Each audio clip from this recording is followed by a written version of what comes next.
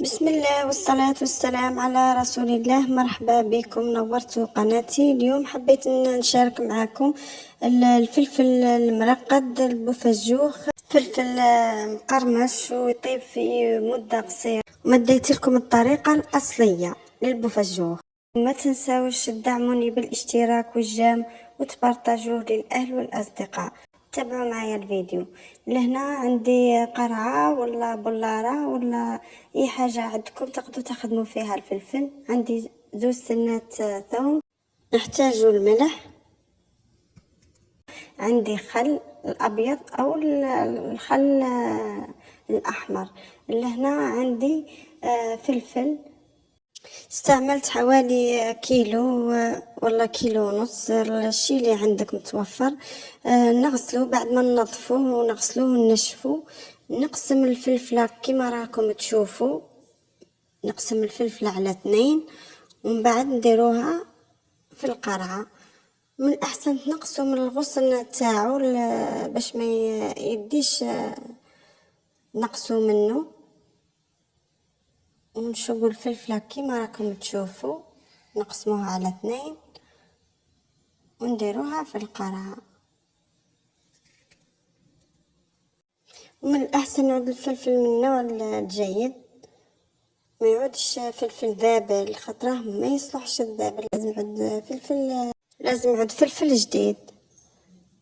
نواصل بنفس الطريقة، نقصوا من الأغصان تاعو ونقسموا الفلفلة على 2. كي تعود فلفلة كبيرة نقسموها باش نقدروا ندخلوها في القرعة. وكي تعود صغيرة كما راكم تشوفوا كيف راني ندير.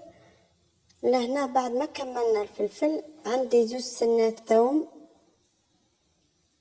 نقسمهم نديرهم من داخل. طريقة سهلة وتبعوا الطريقة وراح تنجحوا فيه ان شاء الله. نضغطوا مليح باش يعودوا كل مع بعض. لهنا عندي نص كاس ملح، حوالي الكاس تاع 220 ملي، نص كاس ملح.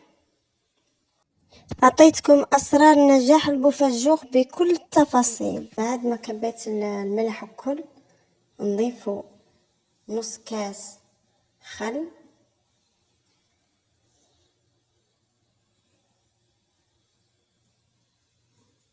نفس الطريقة. وفي الأخير نملاو القرعة بالماء، الماء العادي.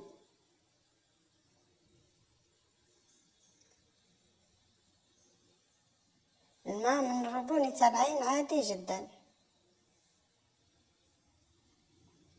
لهنا كاينه ملاحظة، لازم كي نكبوا الماء ونملاو القرعة نقفلوا عليها ونعاودوا نقلبوها باش شغل نخلطوا الملح والخل مع الماء. نعاودوا نفتحوها القرعة نلقاوها نقصت من الماء، نزيدوا نعاودوا نملاوها. هذه الملاحظة لازم تنتبهوا معاها. نعاودوا نملاو القرعة، لازم نملاو نغطوا الملح، نغطوا عفوا الفلفل بالماء. نعاودوا نخلطوها ونخلوها تقعد مدة أسبوع في المطبخ. هذا هو الشكل تاعو. كانت وصفتنا لنهار اليوم بوفجوخ او فلفل الحار المرقد. كنت خادمة قرعة من قبل باش نوريها لكم، مدة أسبوع فقط راح تلقوه طاب. أما في فصل الشتاء راح يدي معكم أكثر من أسبوع، حوالي 10 أيام أو 15 يوم وباه يطيب. في الصيف يطيب أسبوع يطيب.